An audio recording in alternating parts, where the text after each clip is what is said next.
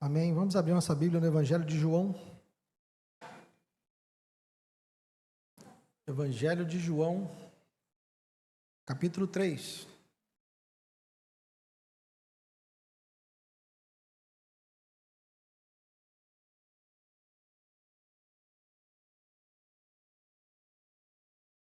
Evangelho de João, capítulo 3.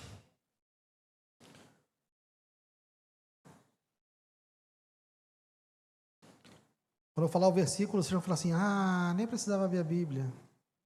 João 3,16. Todo mundo sabe de cor. Até quem não é crente sabe. João 3,16.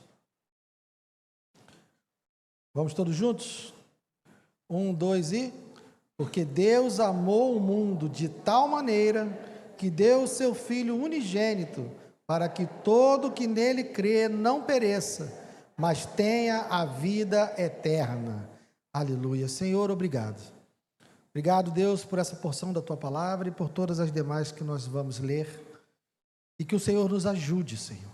Que o Senhor tenha misericórdia de nós e que se revele a nós por meio da Tua Palavra. Que não seja eu a falar, que não sejam os meus pensamentos e as minhas ideias, mas que seja uma palavra vinda do Senhor, diretamente da Tua boca, para nos alimentar, para nos edificar, nos fortalecer, Senhor.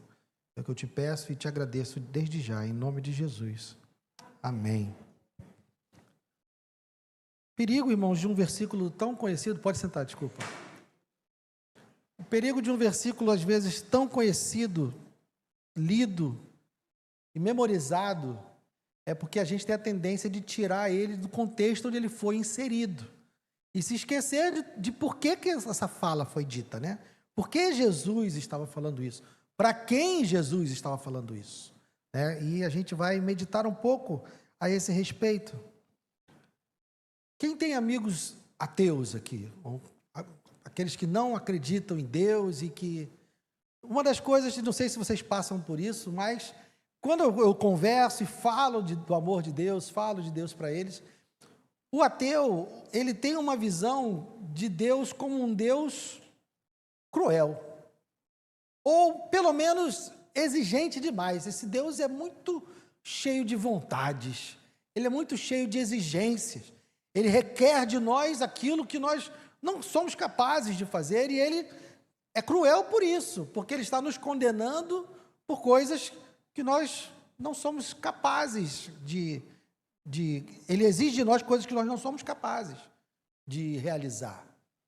E esse é um sentimento que permeia a sociedade. Até mesmo aqueles que às vezes falam de Deus, quando você vai conversar com eles sobre que Deus é esse que eles estão falando, o Deus que eles apresentam é um Deus muito permissivo, né? Aquele Deus que simplesmente está ali para realizar e cuidar de nós, e realizar os nossos desejos, atender às nossas necessidades, nos livrar de uma dificuldade. Mas quando você pergunta para eles, tá, mas e o que esse Deus exige? Não, Deus é amor, Ele conhece o nosso coração. Quantas vezes vocês não ouviram falar isso, né? Não, Deus conhece o meu coração.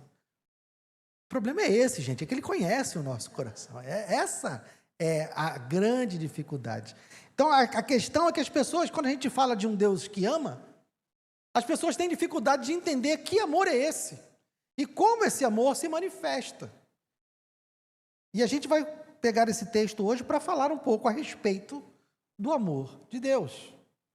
Então, esse versículo está inserido no primeiro diálogo ou sermão do Evangelho de João. Na semana passada, no domingo pela manhã, eu tratei com os irmãos sobre o segundo, que foi a conversa de Jesus com a mulher samaritana. Vocês vão perceber que o Evangelho de João, ele é diferente dos outros evangelhos, e ele é conduzido de uma outra forma. Ele é conduzido principalmente pelas conversas que Jesus tem.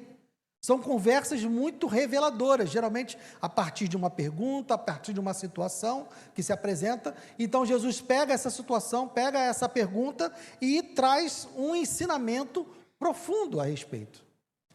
Então, quando ele vai conversar com Nicodemos, ele também faz esse seu primeiro discurso ou diálogo, como você queira chamar, né? Nesse diálogo com Nicodemos, Jesus vai fazer diversas revelações a respeito do reino de Deus.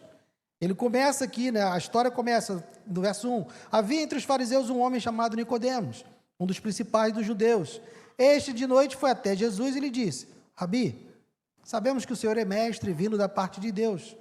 Por que ninguém pode fazer esses sinais que o Senhor faz, se Deus não estiver com ele? Jesus respondeu: em verdade, lhe digo, se alguém não nascer de novo, não pode ver o reino de Deus. É interessante, né? Porque a resposta de Jesus não tem nada a ver com aquilo que Nicodemos falou, mas Jesus conhece o coração e está então trazendo: olha, você veio falar comigo porque você acha que eu sou mestre, você veio falar comigo porque acha que eu sou algum profeta, mas eu quero falar, eu estou falando de algo mais profundo, eu estou falando do reino de Deus. E ele começa a explicar a respeito do reino de Deus para Nicodemos, e Nicodemos, ele fica atordoado com essa fala de Jesus. Ele vai no verso 4, né? Como pode nascer um homem sendo velho? Será que pode voltar ao ventre materno e nascer uma segunda vez? Isso demonstra que ele não estava entendendo o que Jesus estava falando. E Jesus responde: olha, em verdade lhe digo, quem não nascer da água e do Espírito não pode entrar no reino de Deus. E Nicodemos está atordoado, não está entendendo, e Jesus ele vai repreender Nicodemos por causa disso. Ele vai no verso 10 e vai dizer: você é mestre em Israel e não compreende essas coisas? Irmãos, eu digo para vocês que eu não vou explicar essas coisas hoje, porque o objetivo do sermão não é esse, eu só estou trazendo o contexto. O próximo sermão será sobre o nascer de novo. Mas hoje nós vamos nos concentrar no que Jesus começa a fazer aqui. Ele diz para Nicodemos: olha, você é mestre em Israel e não compreende essas coisas. Em verdade lhe digo que nós falamos do que sabemos e damos testemunho do que vimos, mas vocês não aceitam o nosso testemunho. Se vocês não creem quando falo sobre coisas terrenas, como crerão se eu lhes falar sobre as celestiais? Então Jesus está dizendo: olha, eu estou tentando te explicar coisas do céu. Eu tenho autoridade para te explicar coisas celestiais. Mas você não crê naquilo que eu falo, e aqueles que seguem você também não creem naquilo que eu falo. Então Jesus ele vai começar a falar agora de um outro aspecto da sua vinda. E ele vai então falar no verso 13: ora, ninguém subiu ao céu, a não ser aquele que de lá desceu, o Filho do Homem. E então ele está falando da sua origem divina. Jesus está dizendo para Nicodemos: olha, eu vim do Pai, eu vim do alto, e eu tenho autoridade para falar a respeito dessas coisas. Mas aí o 14 dá essa virada: e assim como Moisés levantou a serpente no deserto, assim também é necessário que o Filho do Homem seja levantado, para que todo o que nele crê tenha a vida eterna. Vocês repararam que o verso 15 é exatamente igual ao final do verso 16? É porque aqui temos essa ligação. Jesus estava explicando para Nicodemos a respeito da natureza do reino de Deus, quando fala do novo nascimento. Nicodemos não entende, Nicodemos demonstra que não entende. E Jesus então começa a falar da natureza da sua missão, daquilo que ele veio realizar nesse mundo. Então, quando ele começa a falar da sua missão, ele faz um comparativo que era muito familiar para Nicodemos. Aqui nós temos um episódio que acontece lá no deserto. O povo estava peregrinando no deserto, tinha saído do Egito, estava peregrinando no deserto, e era um povo que o tempo inteiro afrontava o Senhor, desobedecia ao Senhor, e de quando em quando Deus ia lá e enviava uma punição, um castigo, para que o povo voltasse, se recompusesse. E esse castigo foi o castigo chamado das serpentes abrasadoras. Então o povo estava no deserto e começaram a vir serpentes e picavam o povo e eles morriam. Então o povo se volta para Moisés: Moisés, a gente sabe que falou besteira, de novo, então fala com Deus aí, pede por nós e intercede por nós aí junto a Deus. Aí Deus fala para Moisés: constrói uma serpente de bronze, levanta essa serpente de bronze, e todo aquele que for picado por uma serpente, quando olhar para a serpente de bronze, será curado. Então Jesus aqui está fazendo esse paralelo. O povo de Deus estava no deserto, sendo morto por causa das serpentes, mas quando eles olhavam para essa serpente de bronze que foi levantada, eles eram curados. Então Jesus aqui está dizendo que da mesma forma, assim como Moisés levantou a serpente no deserto, assim também é necessário que o Filho do Homem seja levantado, para que todo aquele que nele crê tenha a vida eterna. E aí vem o versículo. Porque Deus amou o mundo de tal maneira que deu o seu Filho unigênito para que todo que nele crê não pereça, mas tenha a vida eterna. Que amor é esse? Esse amor que está sendo dito aqui, e eu já vi pregadores, e já vi pregadores ilustres, inclusive, dizendo que esse aqui, de tal maneira, é uma expressão, porque o escritor João não consegue expressar o tamanho desse amor. E aí ele acaba falando assim, ama de tal maneira. Mas eu vou discordar desses autores, eu peço permissão aos irmãos para discordar, porque a tal maneira que Deus amou o mundo já está descrita aqui. E qual é essa tal maneira? Ele enviou o seu Filho para ser levantado. Ele enviou o seu Filho para morrer. Essa é a tal maneira. Então, o amor de Deus, para a gente começar a entender o amor de Deus, a maneira que Deus apresenta o seu amor é uma maneira de expiação e de reconciliação. A maneira que Deus expressa o seu amor é providenciando um meio para que homens e mulheres pecadores possam ter paz com um Deus completamente santo e justo. Esse é o amor. Não é um amor afetivo, romântico. É um amor que envia o seu Filho para solucionar o problema do pecado. O problema do pecado começou lá no Éden, lá logo depois da criação.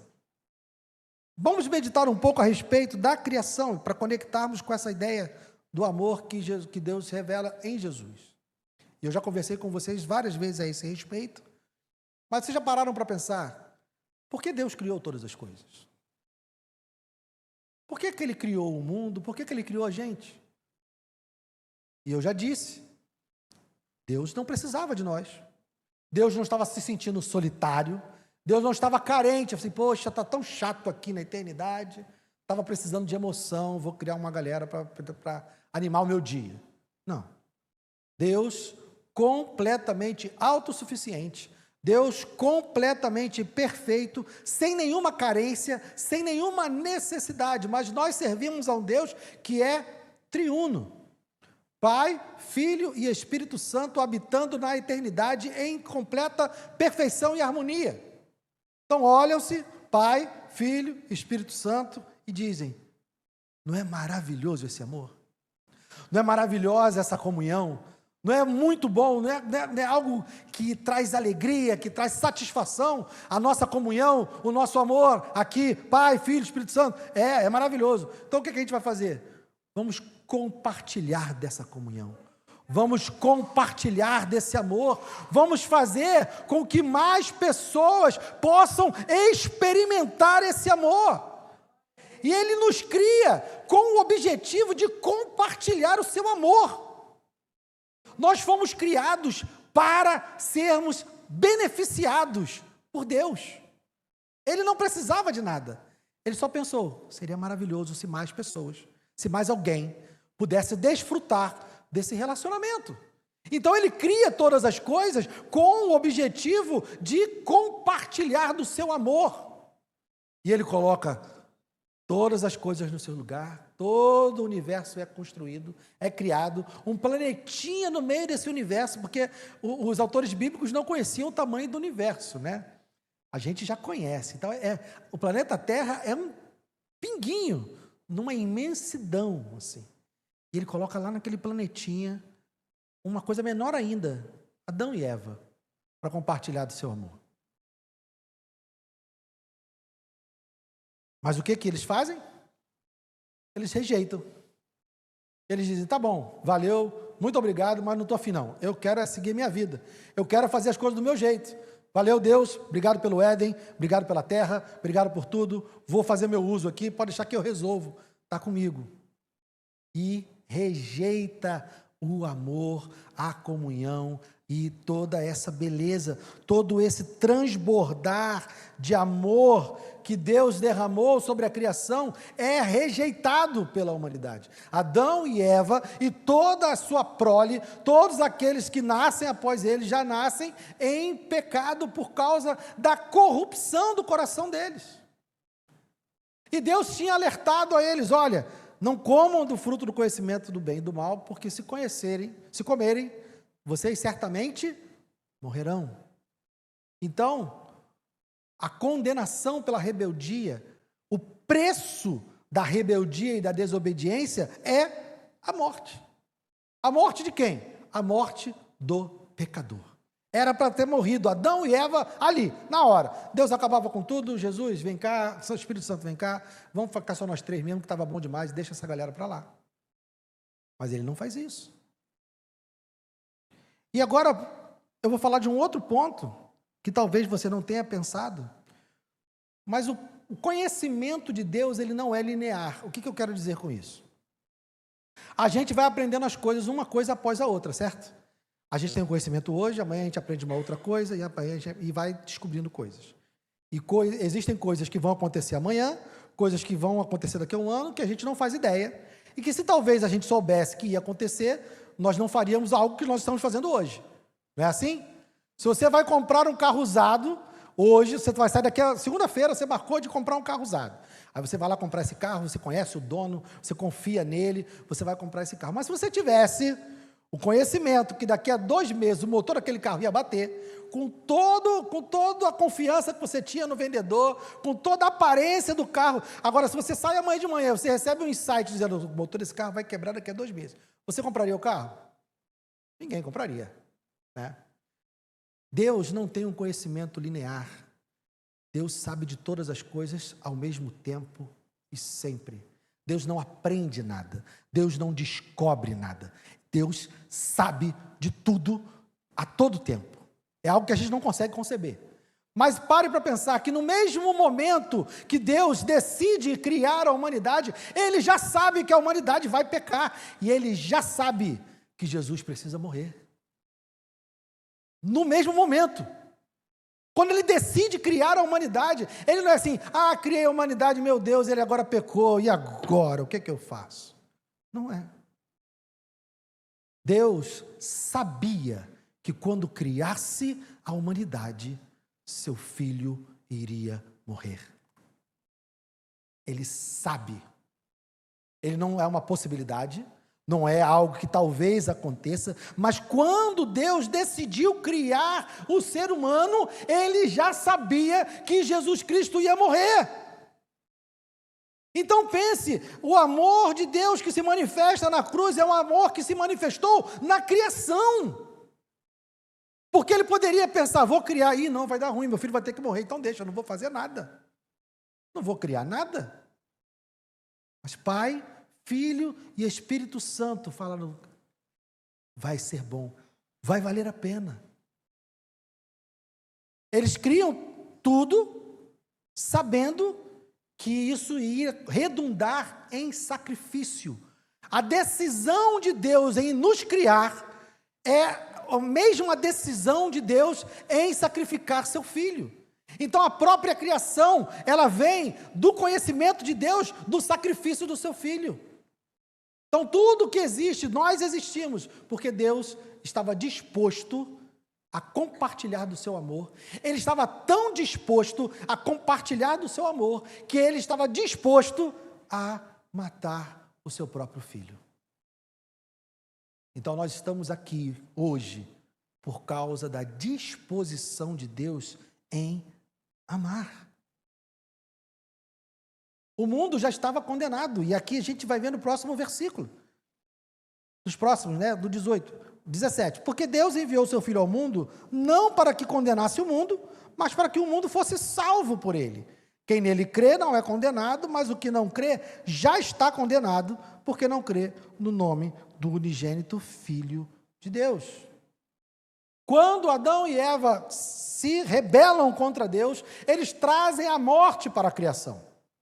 A morte não era algo que era para estar entre nós. O ser humano foi criado para viver para sempre. Qual era a árvore que estava do lado da árvore do conhecimento do bem e do mal? A árvore da vida. Vocês já pararam que a Bíblia não diz se Adão e Eva comeram da árvore da vida?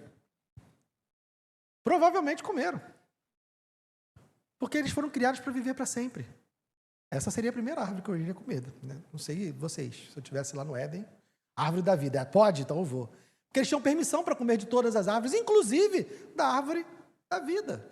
A morte não era para estar entre nós. Mas quando Adão e Eva desobedecem e trazem a morte, trazem a condenação, trazem a corrupção para a criação perfeita de Deus, ali a humanidade já está condenada.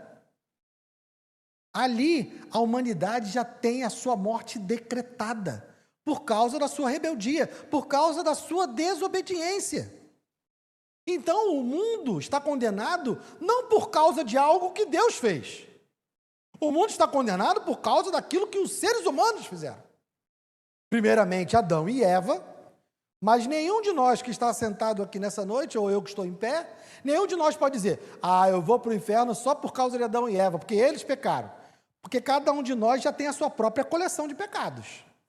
Desde que a gente nasce, essa natureza pecaminosa que se inicia com a corrupção de Adão e Eva, ela já se manifesta em nós muito cedo. Quem é pai aqui sabe. Alguém precisa ensinar uma criança a mentir? A criança, sozinha, do nada, em algum momento da vida, quando ela se vê em apuros, o que ela faz? Não fui eu, não. Ninguém ensinou, ninguém parou do lado dela para dizer assim, quando você estiver numa situação assim, você mente, tá? Não, ninguém ensina. A gente já nasce, é a nossa natureza pecaminosa. A gente acha assim, crianças são tão inocentes, né? Tão puras. Não, não, não. Você precisa ensinar o seu filho a ser egoísta? Não, não. Naturalmente, o que os nossos filhos fazem com os brinquedos deles? Não querem. É meu. Não. A gente tem que ensinar o quê? A dividir. Isso já são vislumbres da nossa natureza pecaminosa se manifestando na terra, infância. Paul Washer deu um exemplo muito interessante. Vocês já viram quando a criança agarra no teu cordão? Assim, você pega um bebê no colo, o bebê agarra no teu cordão. Não é difícil de tirar da mão do neném? Pega ali, e ele fica. Você quer tirar e ele está agarrado lá no teu cordão. Aquele bebê só não te esmaga porque ele é pequeno. Pensa, se fosse o Mike Tyson com o cérebro de um bebê e agarra o teu cordão. Tu ia tirar o cordão dele? Não ia não, meu querido. E tu ia virar purê. Porque ele quer o cordão. É a nossa natureza se manifestando cedo. É porque o bebê não tem a potência de manifestar o mal. E as crianças vão se desenvolvendo. Mas a nossa natureza pecaminosa está presente em nós desde sempre. Por isso que a humanidade está condenada. Não é por causa de Deus, é por causa do pecado. Deus criou tudo o quê? Bom. Deus fez tudo perfeito. O ser humano que foi lá e, bagunçou com tudo. E trouxe o pecado, trouxe a morte, trouxe toda a desarmonia que nós vemos no mundo, foi o ser humano que trouxe. Nós não temos por que responsabilizar Deus, porque é uma outra coisa que os ímpios fazem, que os ateus fazem. Se Deus é bom, se Deus é todo-poderoso, então por que tem tanto mal no mundo? Tem o tal lá do teorema de Epícoro, né? Não sei se o nome é teorema, mas que ele diz, se Deus é bom, então ele não é todo-poderoso porque o mal existe. Se Deus é todo-poderoso, então ele não é bom, porque o mal existe. E aí chega à conclusão, se ele existe, ele não é bom, ou não é todo-poderoso. Um raciocínio completamente louco, porque coloca em Deus a culpa do que a gente está vivendo aqui. Deus fez tudo perfeito. Era para a gente estar vivendo tranquilão, se não fosse o pecado. O mundo sem pecado é um mundo maravilhoso, gente. Mas a condenação que está sobre o mundo é fruto do pecado, não é responsabilidade de Deus. E por causa do pecado, por causa da nossa maldade, que o mundo é o que é. O mal existe porque o pecado existe. Nós sofremos, nós temos dores, nós somos assaltados, nós recebemos, mortes, doenças, enfermidades, até as catástrofes climáticas são consequência do pecado. Quer ver? Avança um pouquinho lá, Romanos 8. Deixa marcado aí, João, e vai lá em Romanos 8.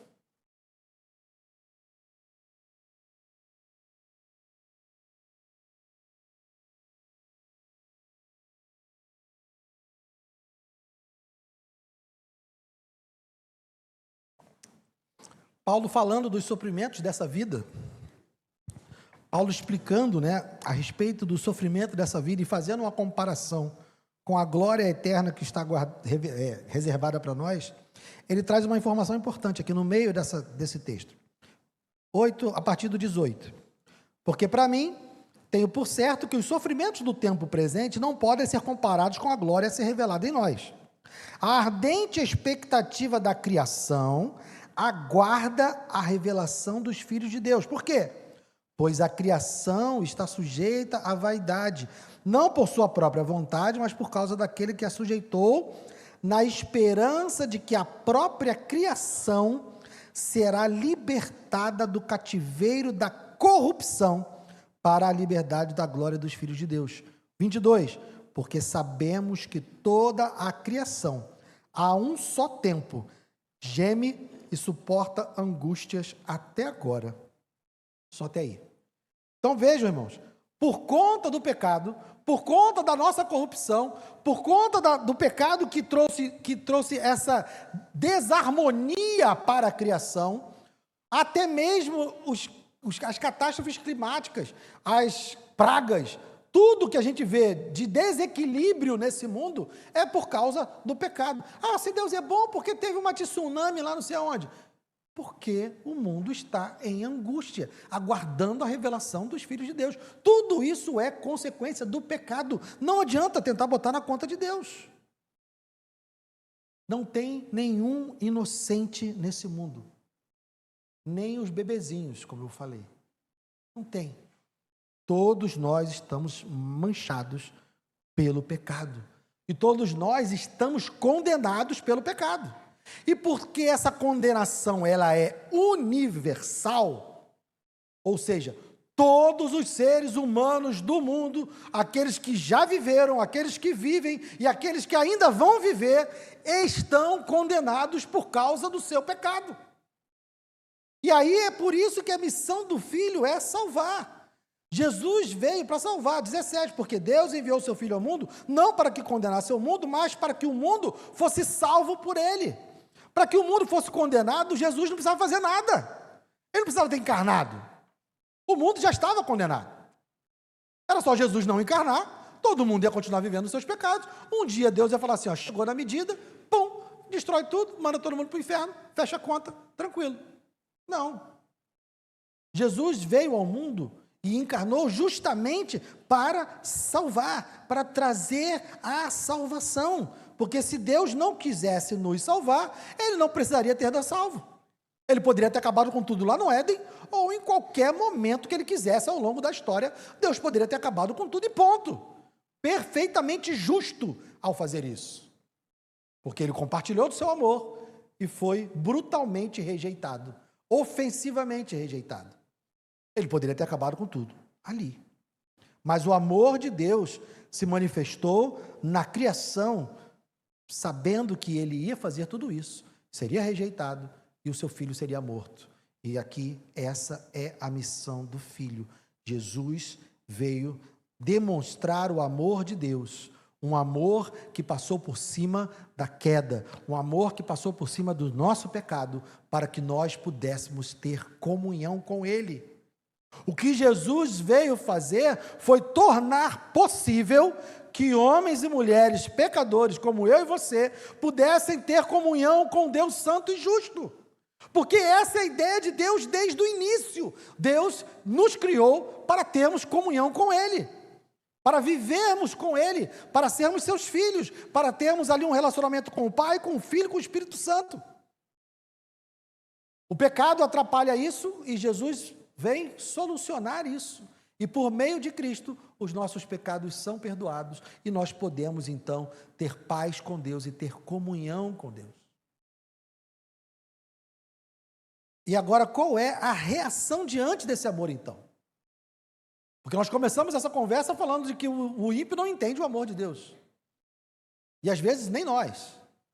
Mas então a gente vê que o amor de Deus se manifesta no fato dele providenciar um Salvador, alguém que nos livre da nossa inclinação pecaminosa, que nos torne inimigos dele, para que nós possamos ser reconciliados e ter paz com ele e ter harmonia com ele. É assim que o amor dele se manifesta. Mas qual é a reação diante desse amor? Versos 19 a 21. A condenação é essa: a luz veio ao mundo, mas os homens amaram mais as trevas do que a luz, porque as suas obras eram más. Pois todo aquele que pratica o mal detesta a luz e não se aproxima da luz, para que as suas obras não sejam reprovadas. Quem pratica a verdade se aproxima da luz, para que as suas obras sejam manifestas, porque são feitas em Deus. Então, irmãos, aqueles que olham para o amor de Deus manifestado na cruz, aqueles que olham para o amor de Deus manifestado no sacrifício de Cristo, você vai dizer para eles: nossa, mas Cristo veio te salvar. Me salvar de quê? Me salvar por quê? Eu não fiz nada. Eu não sou culpado de nada. Eu não preciso de salvação. O Evangelho, ele causa essa reação diante daquele que não reconhece as suas obras mais. O que João está dizendo aqui, o que Jesus está dizendo aqui, registrado por João? Aquele que pratica o mal detesta a luz e não se aproxima da luz. Por quê? Para que as suas obras não sejam reprovadas. Aqueles que vivem a sua própria vida do jeito que acham que tem que ser, aqueles que fizeram como Adão e Eva, que fazem como Adão e Eva e dizem: Deus, eu sei o que é melhor para mim, eu sei o que eu vou fazer, fica tranquilo. Esses que vivem assim, eles não querem que a luz, que o Senhor Jesus, que o Evangelho se aproxime deles. Por quê? Porque o Evangelho vai reprovar as obras deles, vai denunciar o seu pecado. Então a bronca daqueles que não querem ouvir falar do amor de Deus que se manifesta na cruz, é porque eles não querem se reconhecer como pecadores. Não querem reconhecer que as suas obras são más. Mal? Você está louco. Mal é o traficante, mal é o pedófilo, mal tem um monte de gente que é mal, menos a gente. Mas todos nós somos maus. E essa que é a denúncia do Evangelho. Porque, irmão, se o Evangelho for pregado só pela metade, ele vira uma mensagem muito atraente para o ímpio. O que é o Evangelho pregado pela metade? Jesus te ama. Jesus te ama. Opa, eu também me amo. Então eu concordo com esse Jesus. Jesus me ama, eu também. Eu quero o melhor para mim também. Ele também quer querer, porque ele me ama. Ó, Deus tem um plano na sua vida. Opa, eu também. Eu tenho um plano na minha vida também. Eu me amo, ele me ama. Eu tenho um plano na minha vida, ele também. Opa, já estou entendendo esse negócio. Eu já quero esse Deus aí. Eu já quero esse Deus, porque eu já estou gostando. Ele vai mudar a sua vida para melhor. Agora sim. Esse Deus eu quero. Me ama, tem planos para mim, vai mudar minha vida para melhor. Show de bola. Quem não quer um Deus desse? Mas a questão é que o Evangelho completo, ele passa pela ofensa.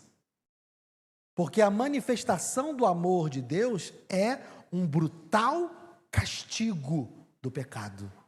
Já parou para pensar nisso? A manifestação do amor de Deus por mim e por você é uma brutal punição do pecado. Deus demonstrou o seu amor por nós, punindo brutalmente o pecado sobre Jesus.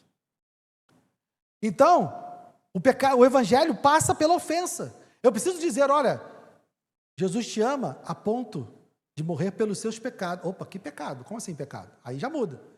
Jesus te ama, Jesus me ama, mas que pecado? Não, calma aí, eu já não sei. Já não sei se eu concordo com esse Deus, que está dizendo que eu sou um pecador. Mas não. Ele tem um plano para você, qual é?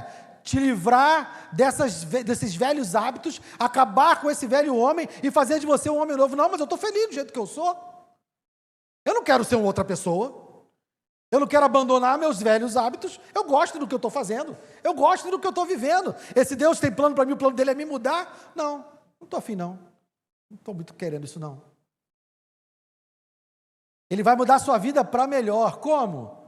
Você vai ser uma pessoa melhor. Você vai abandonar o seu pecado. Você vai sacrificar a sua vida pelos outros. Meu Deus, já não quero mais. Esse evangelho completo já não é mais atraente, porque o evangelho passa pela ofensa. E a luz reprova as nossas obras. Então a gente rejeita a luz. A condenação do mundo que está em pecado é justamente rejeitar a luz de Cristo, que denuncia o nosso pecado e nos diz: você é um pecador e precisa de um Salvador, e o Salvador está aqui. É uma coisa tão absurda a rejeição disso. É como você pegar alguém que não sabe nadar e está num naufrágio, no meio do Oceano Atlântico. Está no meio do Oceano Atlântico, não sabe nadar.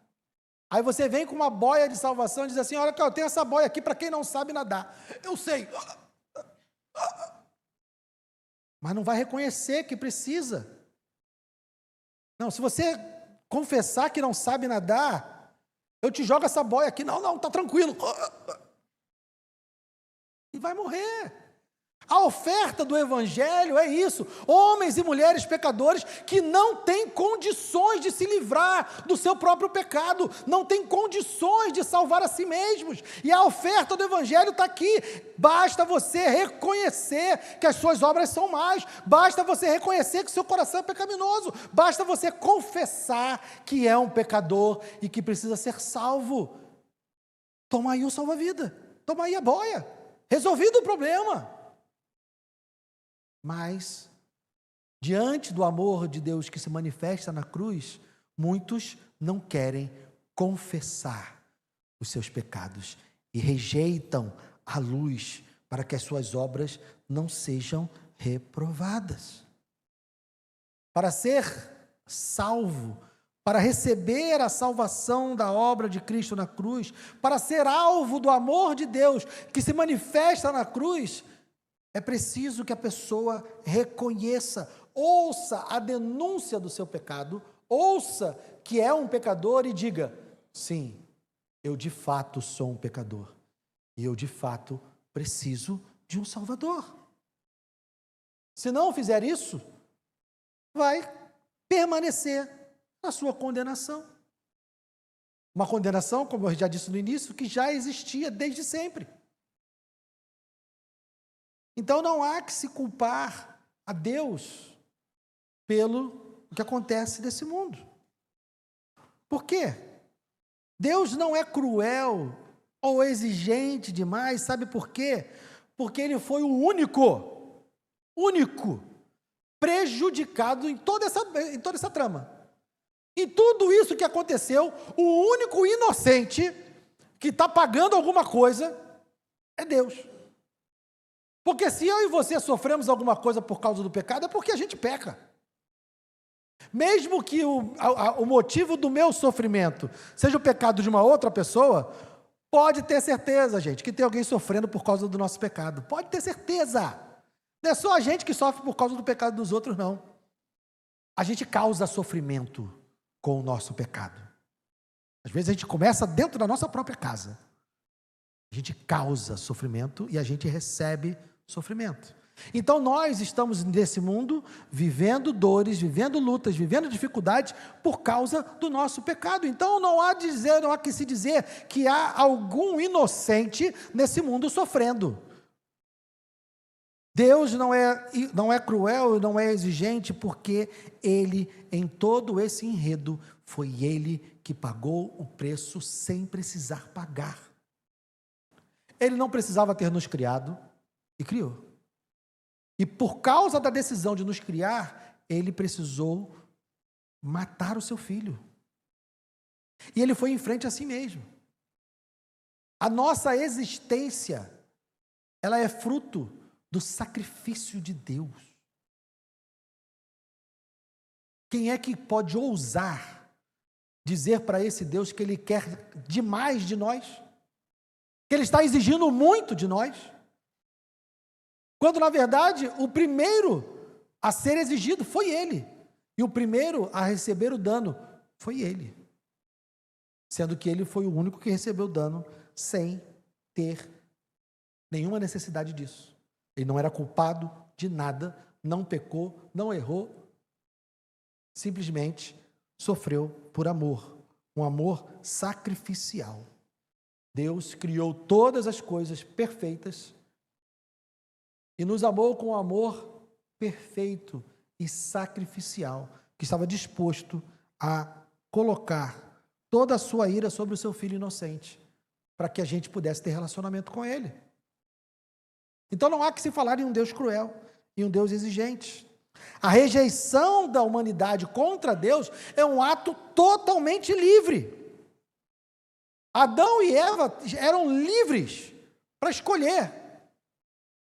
Embora Deus soubesse qual seria a decisão deles, eles eram livres.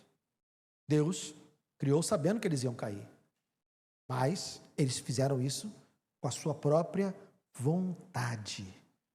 Então Deus foi o único que sofreu algum dano injusto em todo esse processo.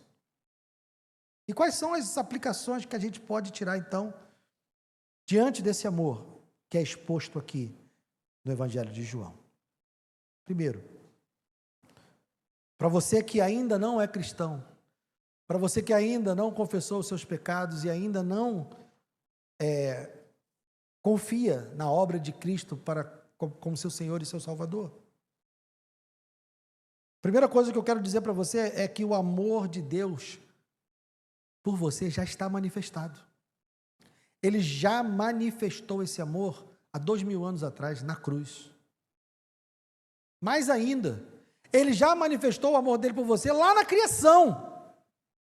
Porque Ele conhecia os seus pecados antes de criar o mundo.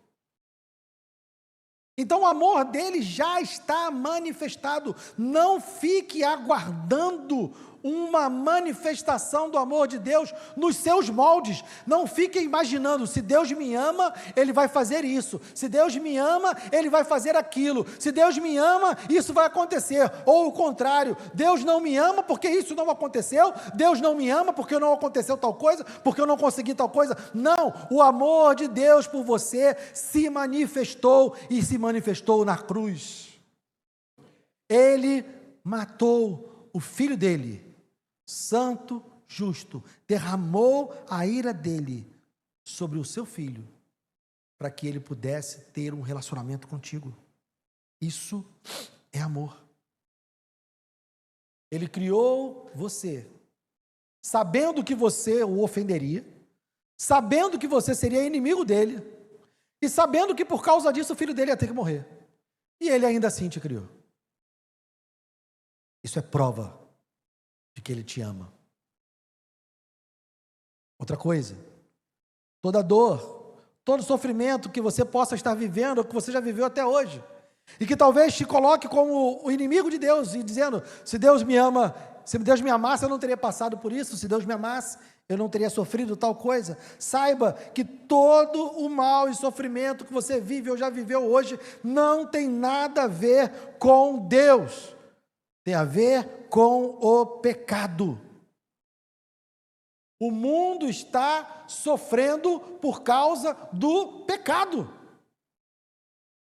A ira de Deus se manifesta, isso está lá no capítulo 1 de Romanos. De que maneira a ira de Deus se manifesta? A ira de Deus se manifesta deixando o homem nos seus próprios pecados. Vocês querem ler? Vamos lá, Romanos capítulo 1.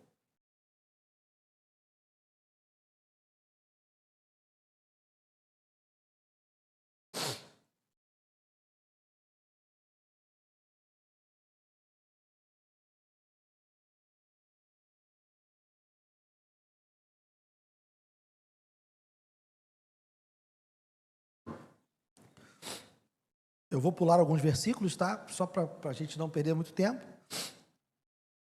Verso 18, capítulo 1, verso 18.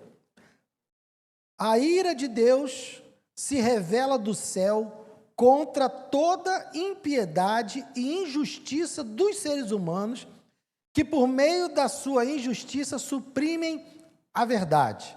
Agora, de que maneira que ele faz, então, que ele manifesta a sua ira? Verso 24. Por isso, o que Deus fez? Os entregou à impureza pelos do quê? Desejo do coração deles, para desonrarem o seu corpo entre si. Verso 26. Por causa disso, Deus os entregou ao quê? A paixões vergonhosas, porque até as mulheres trocaram o modo natural das relações íntimas por outro contrário à natureza. Verso 28. E por haverem desprezado o conhecimento de Deus, o próprio Deus fez o quê? Os entregou a um modo de pensar reprovável para praticarem coisas que não convêm. Pode voltar lá para João. Então vejam, a ira de Deus se manifesta sobre a humanidade. Todo o mal que você vê nesse mundo é uma demonstração da ira de Deus, mas como ele demonstra essa ira? Entregando os homens aos seus próprios desejos. É o pecado do coração do homem que faz tudo. Então toda dor, todo sofrimento que você põe na conta de Deus, não, é culpa nossa. Somos nós que estamos fazendo. Então, o amor de Deus já se manifestou a você, meu querido. Ele já provou o amor dele por você. E toda dor que você está sentindo hoje, ou já sentiu na vida, não tem nada a ver com Deus não te amar. O que você precisa fazer é ouvir hoje a voz do Espírito Santo no seu coração, reconhecer os seus pecados, confessar os seus pecados e dizer: eu quero essa salvação, eu quero seguir esse Deus, eu quero ter os meus pecados perdoados por esse Deus. É isso que deve ser feito, é isso que se espera, é isso que essa mensagem espera, esse efeito que se espera no seu coração. Agora, se você já é cristão, se você está aqui nessa noite, já entregou sua vida a Jesus, já confessou seus pecados, já tem uma caminhada com Deus, essa mensagem também tem algo a te dizer. Primeiro, creia que Deus te ama exatamente do jeito que Ele diz que te ama. Não dê ouvidos a Satanás, ao acusador, que às vezes para no seu ouvido e diz: olha, esquece isso, você não é bom o suficiente, você não tem em você a virtude, você não tem... Para de se enganar e sai dessa igreja. Não dê ouvidos a isso. Deus te ama porque Ele conhece você exatamente como você é, e Ele enviou o Filho dele para morrer no seu lugar exatamente do jeito que você é. Não há nada sobre você que Deus não saiba. Não existe nenhuma sombra, nenhum canto escuro do seu coração e da sua mente que Deus não conheça. Mas ainda assim, e principalmente por causa disso, Ele enviou o Filho dele para morrer no seu lugar. Ele conhece o seu pecado, Ele conhece as suas inclinações, Ele conhece a sua fraqueza, e por isso Ele enviou Jesus, por isso. Então não duvide do amor de Deus, não dê ouvidos a vozes que querem fazer você desistir, que querem fazer você largar tudo isso, dizendo que você não é digno, que você não pode. Não ligue para vozes que dizem para você não participar da comunhão e da mesa, porque, meu irmão, minha irmã, eu e você somos pecadores, sim. E foi por isso que Jesus veio, porque Deus amou pecadores. E enviou Jesus para poder permitir, trazer um meio de homens e mulheres pecadores terem comunhão com Deus Santo e Justo. Outra coisa, nesse mundo nós vamos ter aflições, porque ainda vivemos nesse mundo. Como Paulo disse lá, a própria natureza aguarda a revelação dos filhos de Deus para poder ser livre dessas angústias.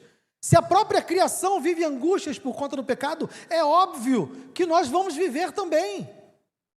Nós, mesmo aqueles que estão em Cristo, mesmo aqueles que já tiveram seus pecados perdoados, ainda vivem num mundo cheio de pecados.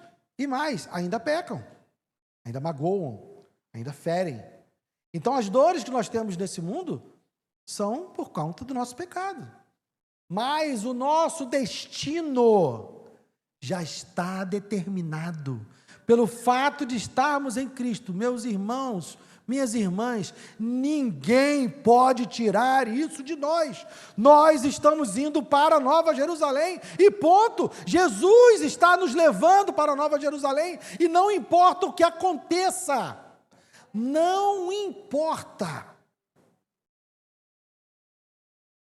Eu posso ser morto hoje, eu sempre falo isso, e eu tenho medo de banalizar isso, mas é porque eu vejo o nosso anseio por cura, né? E é legítimo nós estarmos enfermos e buscarmos cura, nós queremos segurança, tudo isso é legítimo, mas eu quero que você saiba, que se lembre sempre, a nossa vida não depende disso. Eu posso ser morto hoje num assalto e eu ainda sou vitorioso em Cristo, porque a minha vida eterna foi garantida por Ele.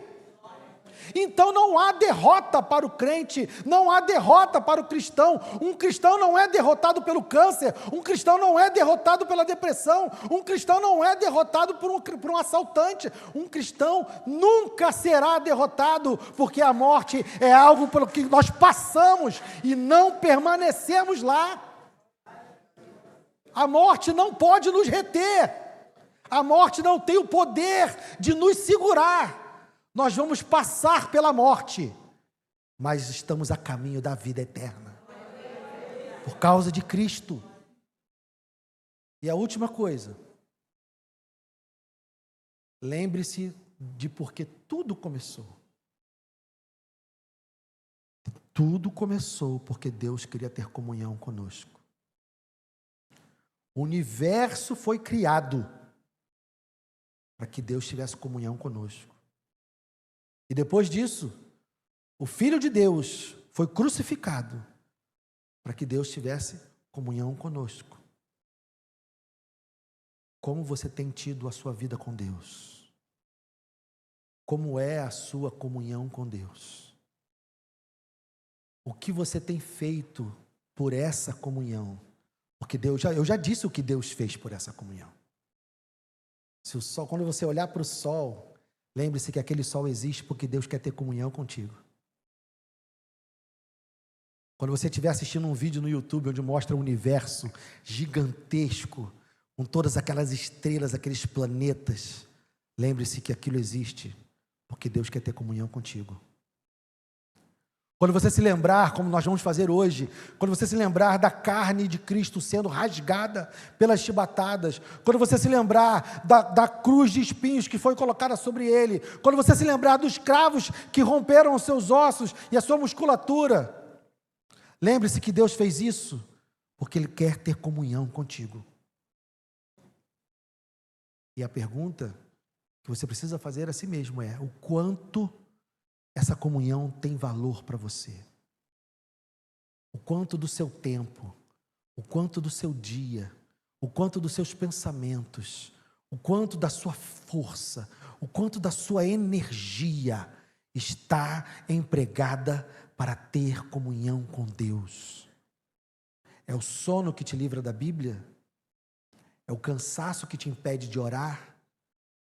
Vejam como os nossos inimigos são tão pequenos comparados com aqueles que Deus precisou derrotar para ter comunhão conosco. Então não saia daqui hoje satisfeito. Eu não estou fazendo nenhuma acusação, querido. Estou falando da minha própria vida e eu acho que eu não sou tão pior do que vocês assim. Eu sei que a minha vida de comunhão com Deus tem que melhorar muito. Eu acho que talvez você também precise. Eu posso falar de mim. Como eu disse, eu espero não ser tão pior do que vocês, porque eu olho para a minha vida de comunhão com Deus e não estou satisfeito.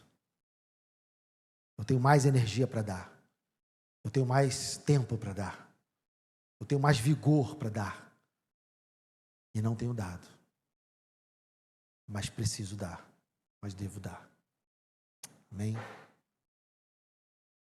Os irmãos que vão nos ajudar com a ceia podem...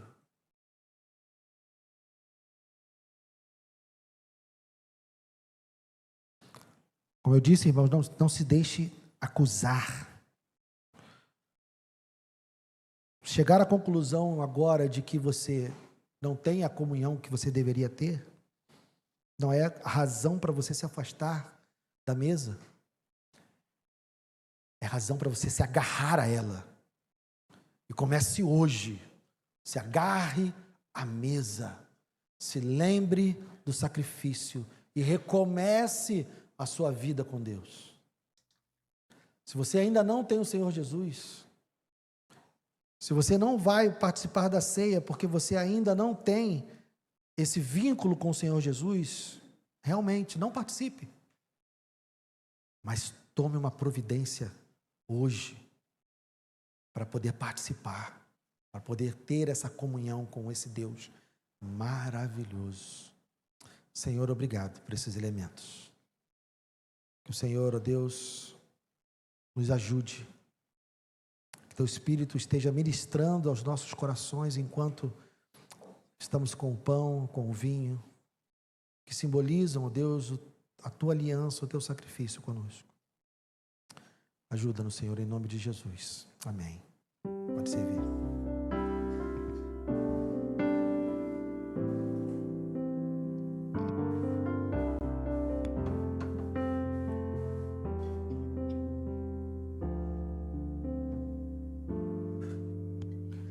És a nossa estrela da manhã,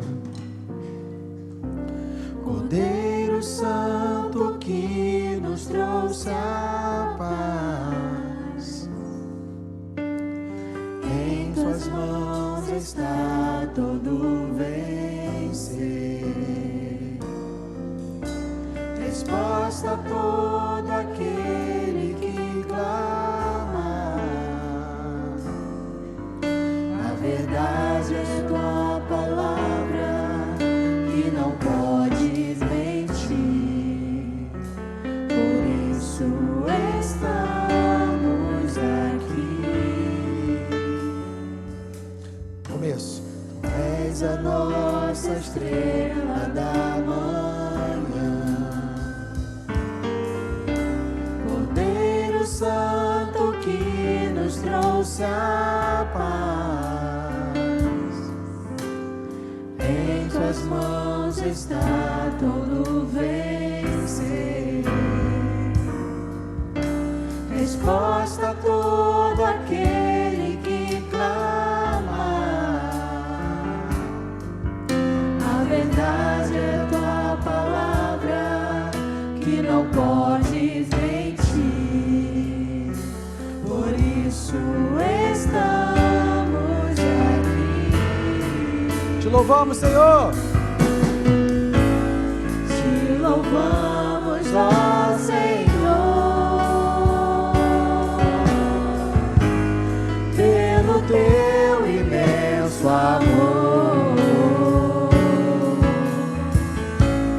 Manifesta o Teu perdão e poder, e assim vamos Te adorar para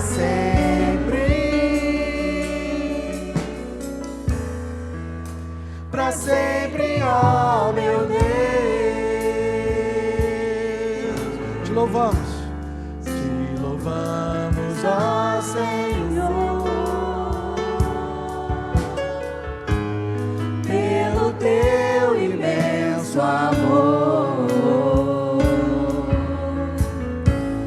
Manifesta o Teu perdão e poder,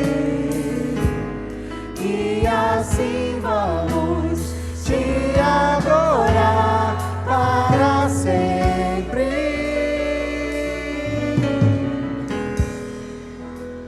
sempre, ó meu Deus.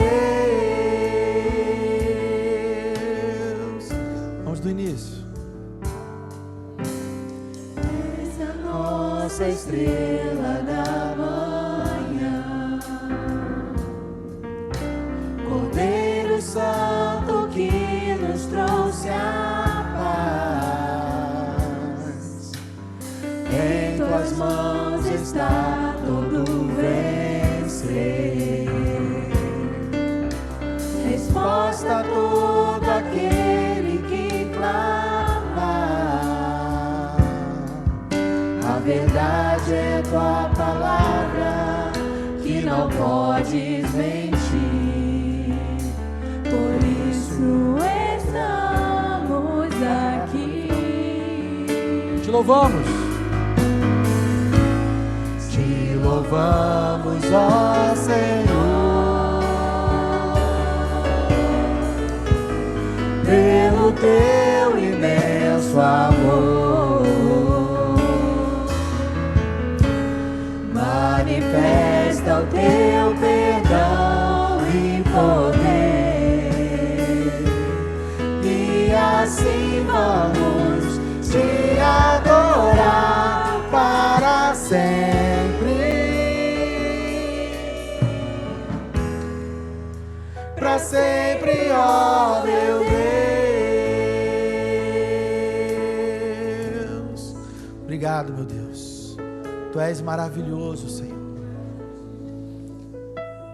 Que nós possamos compreender a profundidade do teu amor por nós, Senhor, que se manifesta desde a criação, porque o Senhor sabia de todas as implicações da decisão que tomou. Estamos aqui hoje, Senhor, porque o Senhor consentiu em sacrificar o seu Filho por nós.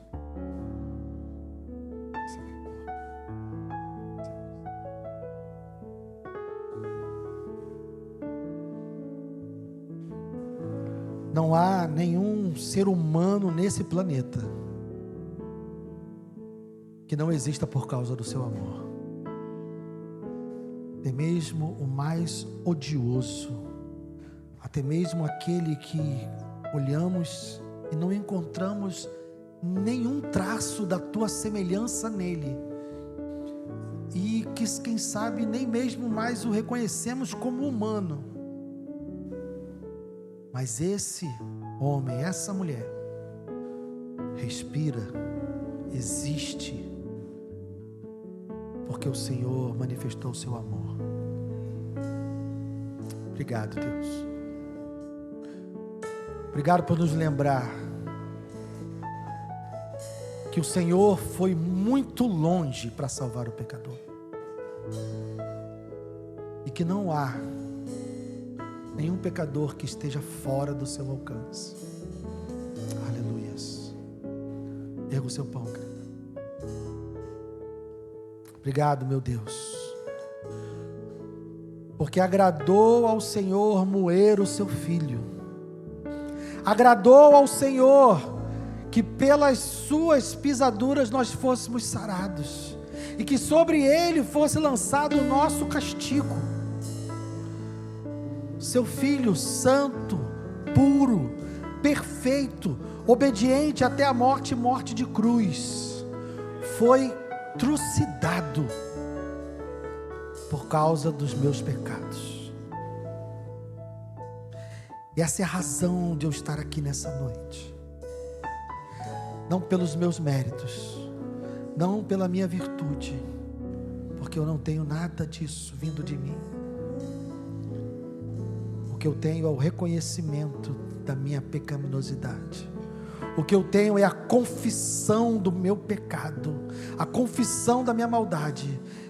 E digo para o Senhor, como o salmista do Salmo 116 disse: Senhor, salva-me, salva-me. Aleluias. Obrigado, obrigado porque o Senhor providenciou na cruz o meio de pecadores como eu poderem estar contigo. Muito obrigado, Senhor. Comei dele todos.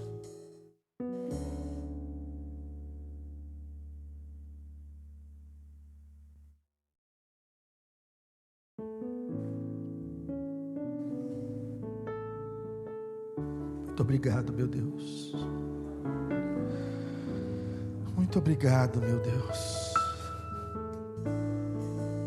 Eu merecia a morte, eu merecia o inferno,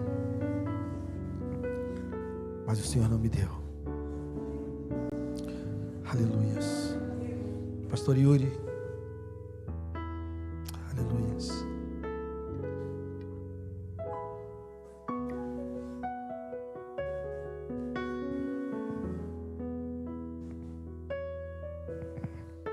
Aleluia, erga o seu cálice.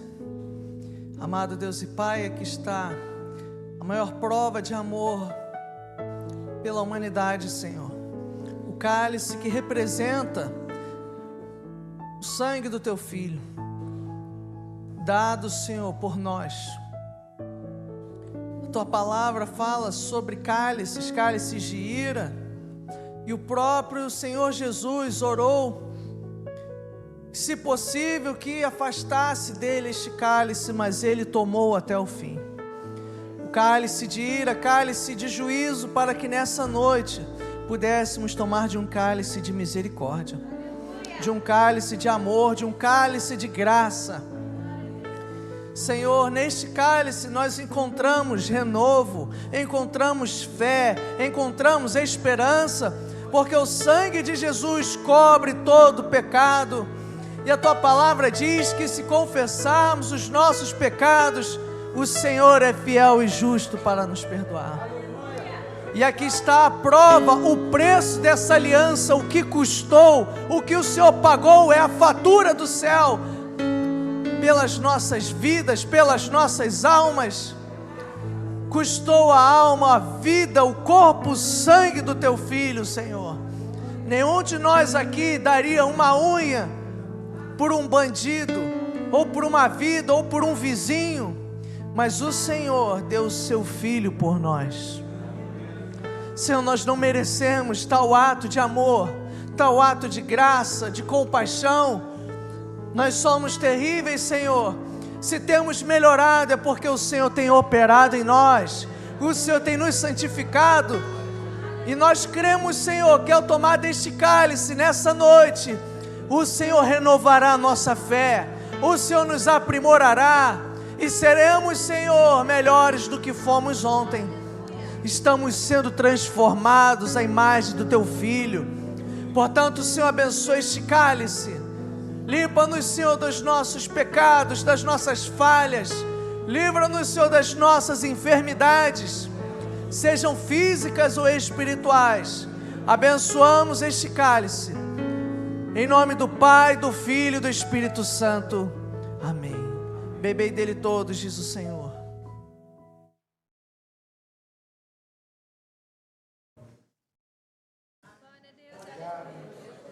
Aleluia. Dê um cântico novo ao Senhor, dê uma palavra de gratidão.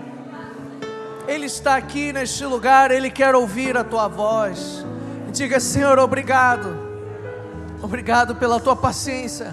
Obrigado pelo teu amor, pelas tuas misericórdias, Senhor, que já se renovaram e amanhã se renovarão mais uma vez. Aleluia. Obrigado, Jesus.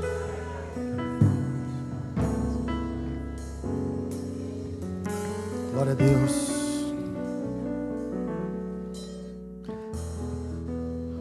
Que a sua semana seja uma semana de comunhão. Comunhão com esse Deus. E comunhão com a gente também. Não vai embora. Temos cantina, temos um momento para estarmos juntos aqui.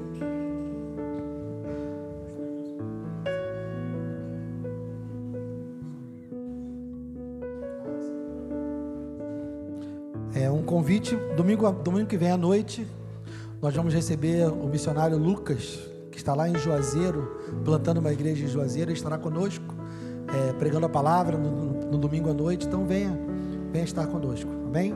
Mas não vá embora correndo, vamos conversar um pouco, ter uma comunhão aqui na cantina, antes de vocês saírem, amém? E uma semana abençoada na presença de Deus. Até a próxima.